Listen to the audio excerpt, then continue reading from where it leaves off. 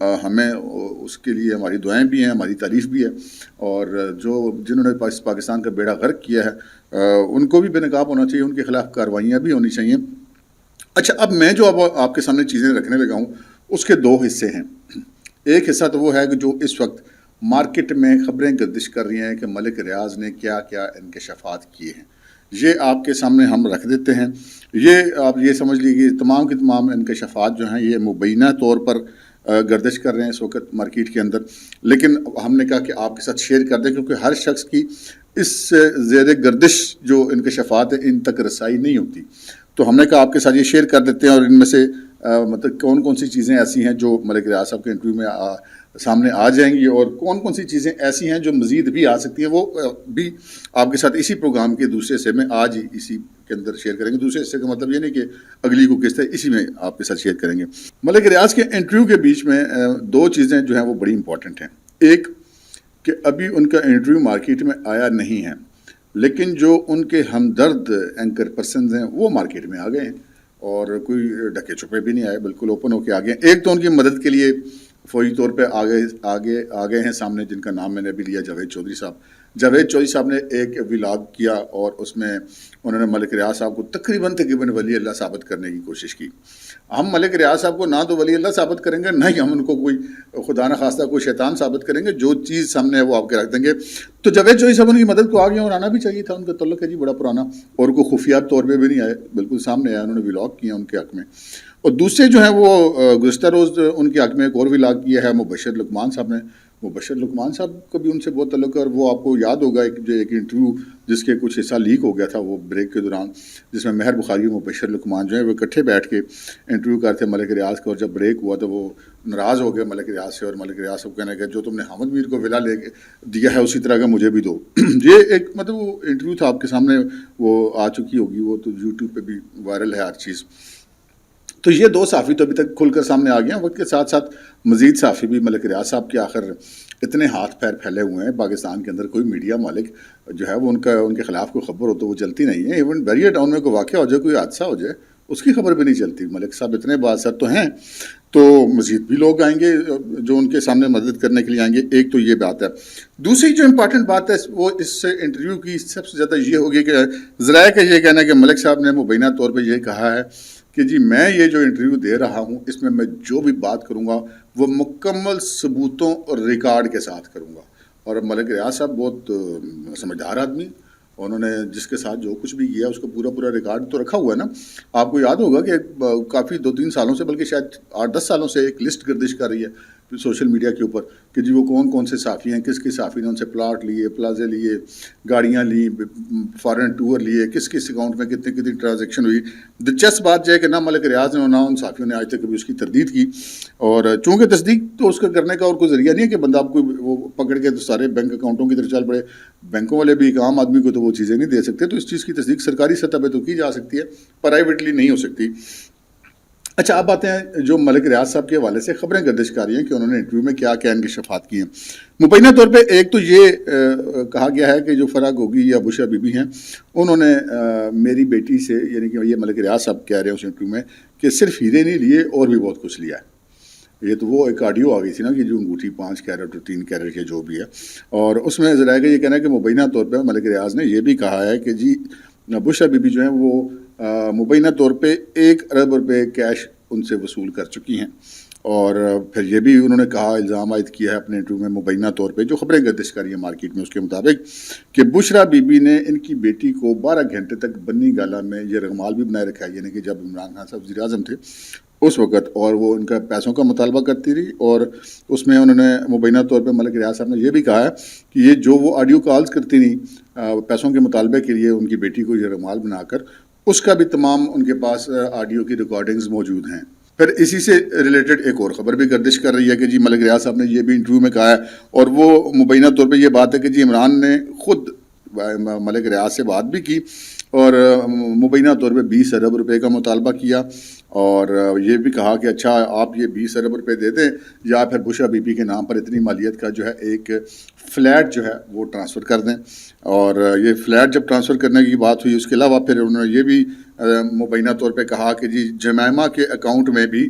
انہوں نے رقم ٹرانسفر کی ہے بزریہ فرگ گوگی. اب جمائمہ کے اکاؤنٹ میں عمران خان صاحب کیوں رقم ٹرانسفر کر رہے ہیں اب یہ بھی ایک الگ چیپٹر ہے. پھر جو انہوں نے یہ بھی اس میں انکشافات جو کیے ہیں اس میں سیاست والی سائڈ پہ ہیں. تو انہوں نے جو سینٹ کا الیکشن ہے اس حوالے سے جو ہارس ٹریڈنگ میں عمران خان نے مبینہ طور پہ ان سے مدد مانگی, جو ملک ریاض نے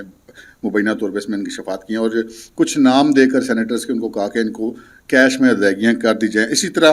کے پی کے 2 سابق وزراء کے حوالے سے بھی وہ کہتے ہیں کہ جی ان کو بھی میں نے ادائیگیاں کی ہیں کیونکہ مجھے عمران خان نے کہا تھا کہ یہ 2 ایسے وزیر ہیں جن کو میں ناراض نہیں کر سکتا,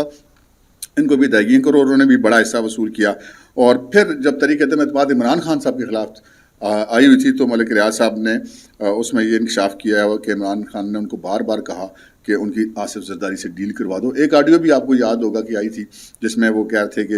ملک ریاض صاحب آصف زرداری صاحب سے کہ جی وہ بار بار میسج کر رہے ہیں عمران خان, اس کو میں کیا جواب دوں, کہہ رہا آپ سے بات کرا دیں یا اس کی مدد کی جائے. تو زرداری صاحب نے کہا تھا کہ نہیں اب تو بہت دیر ہو گئی ہے. تو یہ لہٰذا اس سے میچ تو یہ بات کرتی ہے. اسی طرح جو ہے وہ انہوں نے کہا کہ عدم اعتماد کے دوران جو ایم ہے اس کو منانے کے لیے بھی عمران خان نے ملک ریاض سے مدد مانگی. اور اسی طرح انہوں نے کہا کہ جو فرق ہوگی اس نے بہت سارے لوگوں سے پیسہ لیا ہے اور ان کے بھی نام انہوں نے لیک کیے ہیں. اور بقول ملک ریاض کے مبینہ طور پہ انہوں نے یہ کہا ہے اپنے انٹرویو میں کہ انہوں نے بشرا بی بی کو کیش کی وصولی کے لیے رکھا ہوا تھا, یعنی کہ وہ رقم کلیکٹ کرنے کا کام کرتی تھی. اور وہی بات انہوں نے کہا کہ جی میں جو بھی بات کروں گا وہ ثبوتوں کے ساتھ کروں گا, ثبوتوں کے بغیر میں کوئی بات نہیں کروں گا. تو یہ وہ الزامات ہیں ملک ریاض صاحب کی طرف سے جو مبینہ طور پہ انہوں نے انٹرویو میں لگائے ہیں اور یہ مارکیٹ میں گردش کر رہی ہیں خبریں. اچھا, اب جو معاملہ ہے ملک ریاض کا, یہ جتنی چیزیں ابھی تک سامنے آئی ہیں نا, اب یہ ممکن ہے کہ لوگوں کا یہ اندازہ ہو یا صرف اس کا ایک حصہ ہو,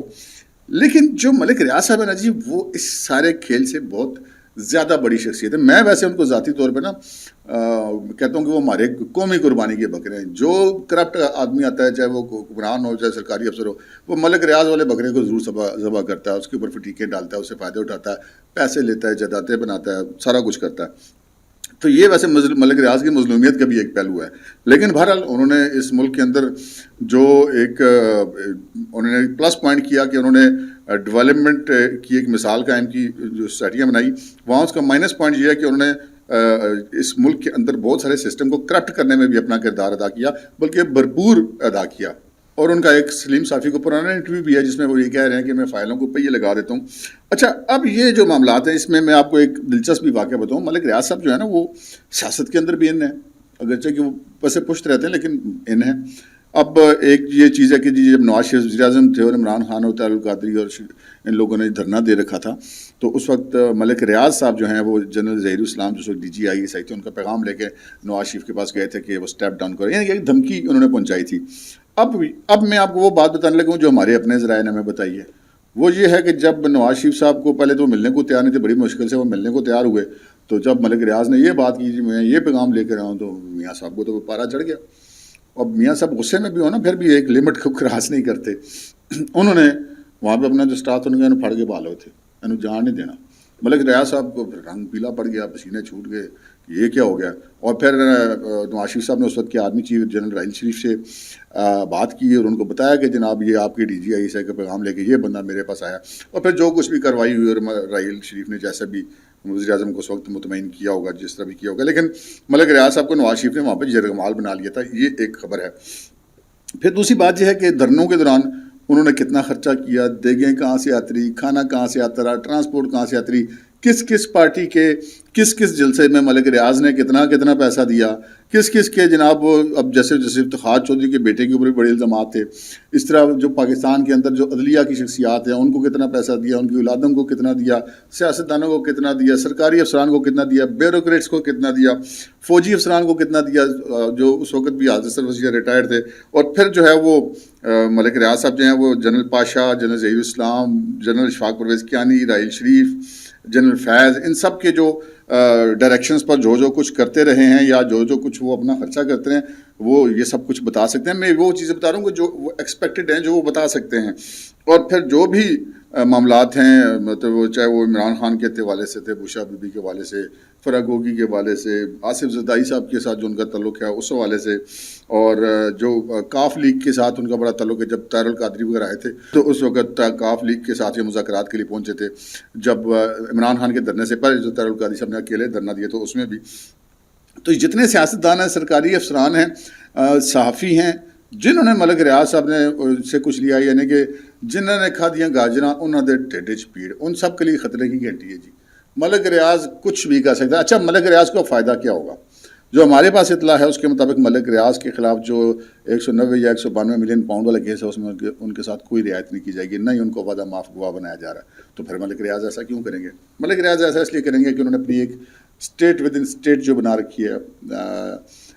بیریئر ٹاؤن کے نام سے، اس کو بچانا مقصود ہے. کیونکہ بھائی جان مسئلہ کوئی نہیں، ایک بس آرڈر ہی آنا ہے نا، اس کے بعد پتہ لگے جناب ڈی ایچ اے نے ٹیک اوور کر لیا سارا بیریئر ٹاؤن کو. اس لیے کہ جو ڈی ایچ اے کے ساتھ جو ان کے فائنینشیل معاملات ہیں ملک ریاض نے اس میں بھی بہت فائدہ اٹھایا، یعنی کہ پاک فوج کا بھی وہ پیسہ انہوں نے بہت سارا جو ہے وہ ان کے اپنے تصرف میں انہوں نے رکھا ہے یا وہ کمایا ہے یا جو کچھ بھی ہے.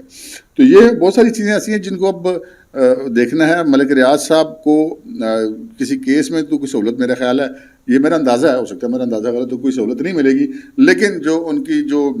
بزنس امپائر ہے شاید وہ اس کو بچانے کے لیے انہوں نے یہ انٹرویو دیا ہو. تو اب جب ان کا انٹرویو سامنے آئے گا تو تبھی پتہ چلے گا کہ ملک ریاض صاحب نے کیا کیا چیزیں انکشافات کی ہیں. لیکن ہم آپ کو یہ بتا دیں کہ ابھی تو پارٹی شروع ہوئی ہے، الیکشن تک ایسے ایسے انکشافات آئیں گے، اتنی آڈیوز آئیں گی، اتنے انٹرویوز آئیں گے کہ رہے گا نام اللہ کا. یہ سب کے سب لوگ بے نقاب ہو جائیں گے اور ہونے بھی چاہیے. اب تک کے لیے اتنا ہی، اجازت دیجیے، اللہ حافظ.